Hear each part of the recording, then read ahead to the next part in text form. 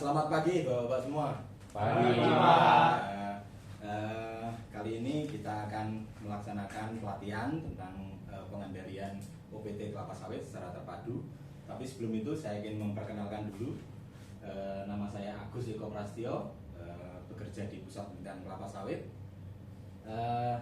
Bidang keahlian saya adalah proteksi tanaman, dan ini kontak person saya, ada nomor handphone dan email. Nanti kita akan share PowerPoint ini dan bisa untuk kontak nanti kalau ada permasalahan tertentu. Tapi sebelum melangkah jauh, mungkin kita perlu absensi ya. Jadi pada kesempatan kali ini mungkin karena peserta cuma 5, alhamdulillah masih bisa mengikuti semua, dan mudah-mudahan dalam keadaan sehat ke depan itu tidak ada kendala, permasalahan, dan bisa mengikuti terus-menerus gitu. Nah, kemudian sebelum kita melaksanakan pelatihan, mungkin ada rule atau peraturan-peraturan yang berlaku, diantaranya tidak boleh tidur ya, Bapak-bapak sekalian, tidak boleh merokok, kemudian tidak banyak cakap-cakap gitu, tidak menggunakan handphone, tidak boleh makan dan minum, dan hati-hati dengan kabel dan lain sebagainya. Nanti kita bisa berbahaya karena ini termasuk keselamatan atau K3, bagian dari K3. Dan mungkin sebelum kita melaksanakan pelatihan gitu, mungkin saya ingin dengar dari Bapak-bapak sekalian gitu, apakah pencahayaan ruangan ini sudah cukup untuk kita belajar? Cukup. Kemudian AC apakah kurang dingin atau terlalu dingin gitu? Cukup, Pak. Cukup ya. Kalau ventilasi nggak ada ya mungkin ya, karena pakai AC, jadi AC jadi nggak perlu ventilasi. Baik, sebelum kita masuk ke materi inti, kita tahu bahwa kelapa sawit itu juga bukan tanaman asli di Indonesia. Kemudian mungkin hampir 200 tahun ya mungkin dibudidayakan di Indonesia saat ini gitu. Tetapi meskipun bukan berasal dari Indonesia, saat ini sudah ditemukan puluhan jenis hama maupun penyakit yang menyerang kelapa sawit yang bisa sampai merugikan secara ekonomi, bahkan skala nasional gitu. Dan hampir keseluruhan hama penyakit yang ada di Indonesia itu memang berasal dari Indonesiakian, yang itu merupakan peralihan dari tanaman-tanaman lain, atau kemudian beradaptasi sehingga kemudian menyerang tanaman kelapa sawit. Dan penyebabnya adalah salah satunya adalah monokultur, salah duanya adalah skala luas, dan kemudian dibudidayakan dalam jangka waktu yang lama, sehingga itu ada terus-menerus, sehingga hama penyakit tadi itu kemudian bisa beradaptasi dan menyerang tanaman kelapa sawit kita. Dan keberadaan ini menjadi penting, dan nantinya ini menjadi hal yang penting untuk diterapkan di lapangan, yaitu adalah pengendalian hama secara terpadu. Nah, pada kesempatan kali ini kita akan menyampaikan sesi materi mengenai pengenalan hama dan penyakit di perkebunan kelapa sawit. Mengapa ini penting? Karena kalau kita kenal dengan hama, penyakit yang tepat, yang sesuai, itu akan menentukan gimana teknik atau teknologi langkah pengendalian yang tepat itu di lapangan. Dan kita ada di unit kompetensi melakukan pengendalian organisme pengganggu tumbuhan OPT secara terpadu, dan dengan kode A01 KSW OO 00.017.1, dan ini ada di SKKNI 137 tahun 2020. Nah, ini adalah roadmap penelitian kita, Bapak-bapak sekalian. Kita kemarin sudah melakukan TNA, jadi training need analysis dari Bapak-bapak sekalian, yang kemudian membutuhkan program pelatihan mengenai pengendalian hama dan penyakit kelapa sawit secara terpadu. Nah, kemudian di dalam program itu ada 2 unit kompetensi. Kita pada sesi ini yang pertama kita mengambil unit kompetensi yang pertama, yaitu melakukan pengendalian organisme pengganggu tumbuhan atau OPT secara terpadu. Nah, di dalamnya juga ada dua elemen kompetensi. Kita mengambil yang pertama dulu, gitu. Kita mempersiapkan alat dan bahan pengendali OPT secara terpadu, dan kemudian di dalamnya juga ada banyak sekali unjuk kerja. Kriteria unjuk kerja yang kita pilih adalah jenis, luas, intensitas serangan OPT, dan pada kesempatan kali ini kita akan menyampaikan atau micro teaching mengenai pengenalan hama dan penyakit di perkebunan kelapa sawit. Jadi nanti kita durasi selama 1 minggu akan ada sesi-sesi tertentu yang akan menjadi program pelatihan pengendalian hama penyakit secara terpadu. Nah, dari tujuan dari penyampaian materi ini adalah peserta dapat menjelaskan jenis-jenis hama kelapa sawit dan gejala serangannya di perkebunan kelapa sawit sesuai dengan SOP pengendalian tentunya. Kemudian yang kedua, menjelaskan jenis-jenis penyakit kelapa sawit, penyebab gejala di perkebunan kelapa sawit sesuai SOP.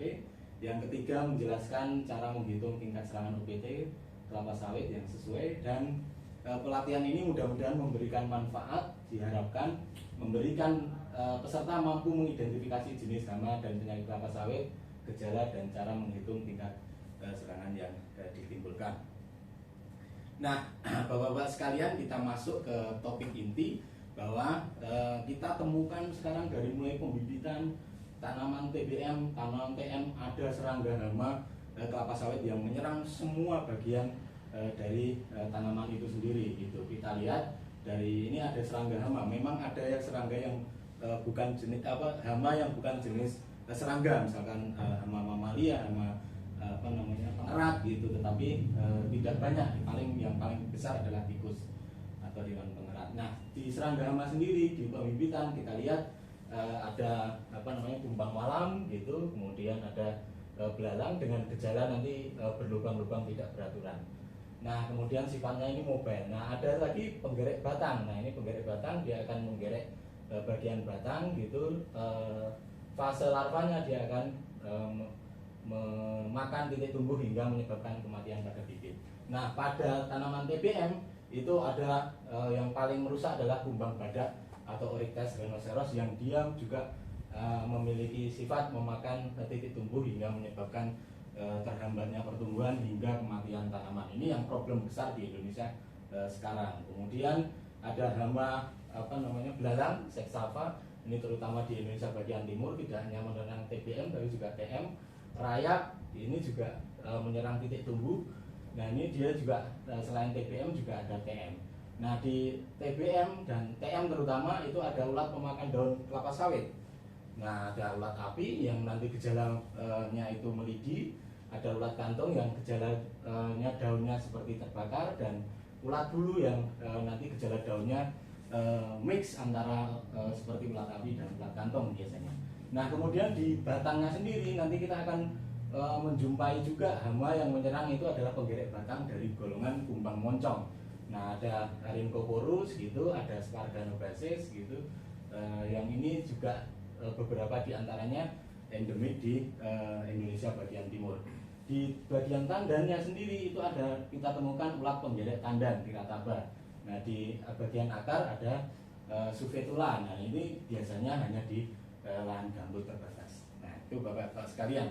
Nah, yang kedua mengenai penyakit-penyakit kelapa sawit itu juga sama kondisinya seperti halnya di serangga hama. Dia sudah ditemukan di fase TBM pembibitan, kemudian TBM hingga TM. Di pembibitan kita tahu bahwa penyakit utama adalah bercak daun, yang dia gejalanya itu bercak-bercak, daunnya berwarna memiliki bercak berwarna kuning kecoklatan hingga kemudian daunnya menjadi kering kalau bercaknya terlalu banyak. Kemudian antraknus, kalau antraknus dia satu titik bercak, kemudian dia melebar hingga seluruh daun bahkan seluruh bibit juga mengalami kematian. Nah, kemudian ada lagi busuk akar, tapi biasanya jarang kalau kita menggunakan tanah yang bagus. Kemudian di TBM ini sekarang yang cukup marak adalah penyakit busuk pupus. Jadi kalau dicabut bagian pucuknya itu busuk. Nah, ini kombinasi antara bakteri dan jamur. Nah, kalau ini yang busuk bercak daun tadi, ini bercak daun Curvularia, kalau Anthracnose biasanya Putri Diplodocea, meskipun sekarang juga beragam patogen yang ditemukan.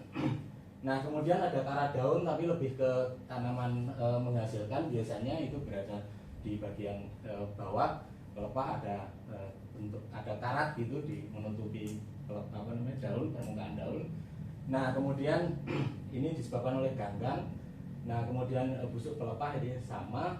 Kemudian ada, nah ini yang paling mematikan yang menjadi problem nasional adalah penyakit busuk pangkal batang, atau sekarang juga busuk batang atas, itu disebabkan oleh Ganoderma.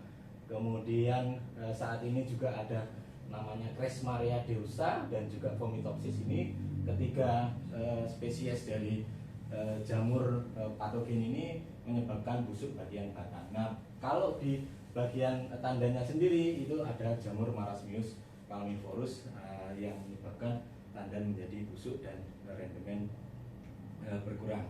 Nah, bapak-bapak sekalian, bagaimana cara untuk menghitung intensitas serangan?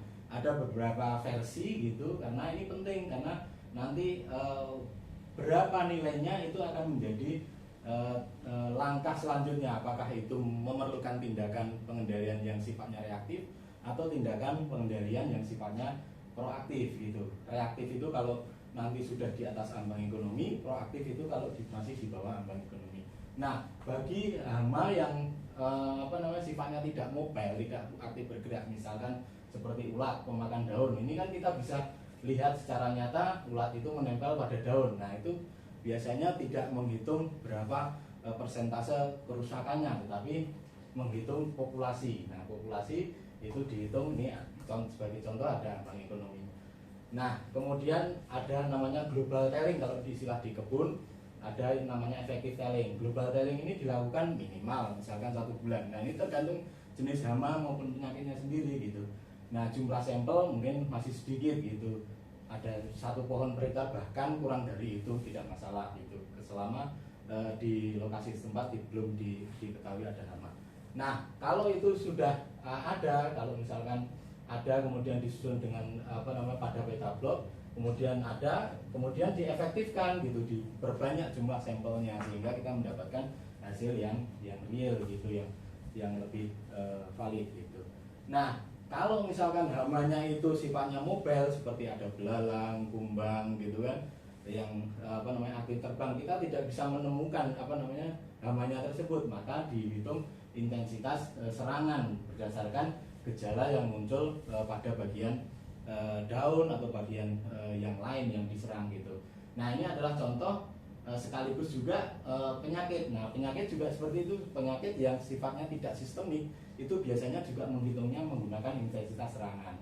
Nah ini yang misalkan dengan sistem scoring 0, 1, 0 belum bergejala, 1 gejala ringan dan lain sebagainya sampai 4 berat. Nah nanti dihitung menggunakan rumus ini, jumlah dari tanaman yang bergejala 0, bergejala 1 berapa ditambahkan, kemudian dibagi dengan jumlah total sampel dibagi kali dengan skor tertinggi yaitu 4 ya dalam hal ini. Nah scoring ini juga macam-macam, termasuk juga nanti besaran scoringnya juga berbeda-beda tergantung dari jenis hama dan penyakitnya.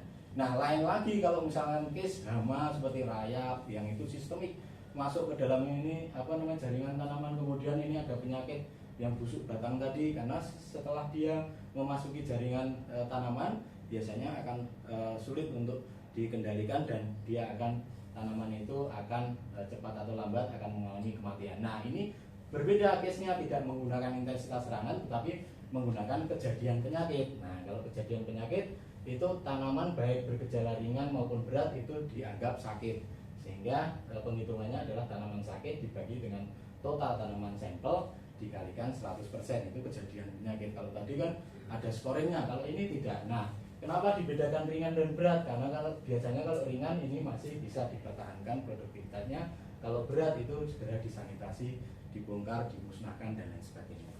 Tuh. Nah dengan kita mengetahui itu data serangan tadi populasi hama, kita bisa mengetahui langkah selanjutnya atau pemilihan pengendalian teknologi pengendalian yang tepat dalam skema PHT. Jadi kesimpulan, nah jenis-jenis hama kelapa sawit itu ada ulat pemakan ulat gitu, ada golongan kumbang, golongan belalang, rayap, tikus dan lain sebagainya. Nah kemudian jenis penyakit ada busuk penyakit bercak daun, kemudian busuk tandan, busuk pucuk, sampai yang terkenal adalah busuk batang karena Ganoderma. Yang ketiga, cara menghitung tingkat serangan UPT itu didasarkan pada populasi hama, yaitu ada yang non mobile dan yang mobile tadi, kemudian tingkat kerusakan pada jaringan tanaman yang ditimbulkan. Nah, kira-kira itu materi kita, tapi saya ingin mendapatkan feedback dari bapak sekalian.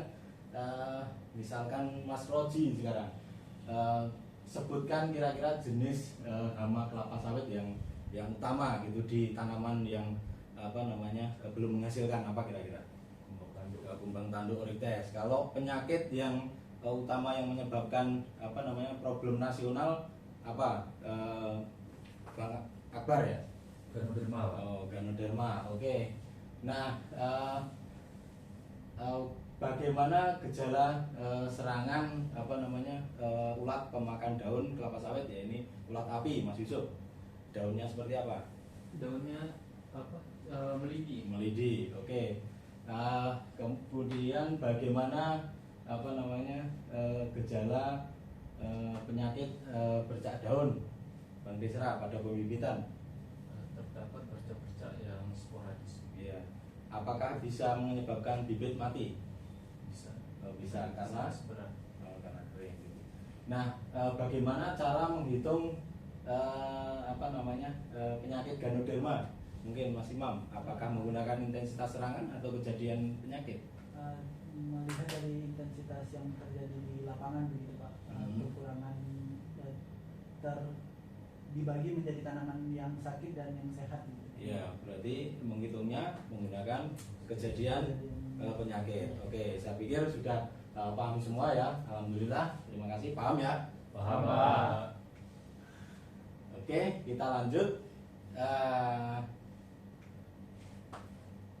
Ya. Jadi itu bentuk dari kira-kira sudah paham ya, paham tadi. Nah, kemudian yang terakhir ini ada tugas tambahan Bapak sekalian gitu. Jadi nanti silakan membuat rangkuman yang berbasis dari sumber, silakan mau dari internet atau dari buku gitu di perpustakaan dan lain sebagainya mengenai hama endemik di perkebunan kelapa sawit Indonesia Timur. Kemudian status penyakit Ganoderma di Indonesia, dan silakan dibuat nanti diketik aja biar enak gitu, dibuat soft copy, kemudian dikumpulkan pada nanti hari Kamis ya, tanggal 25 April itu pada sesi selanjutnya. Itu Bapak-bapak sekalian, apa ada pertanyaan atau kurang jelas dari apa yang kami sampaikan? Jelas, Pak. Jelas ya? Jelas. Baik, terima kasih. Kalau demikian saya akhiri. Assalamualaikum warahmatullahi wabarakatuh. Waalaikumsalam warahmatullahi wabarakatuh.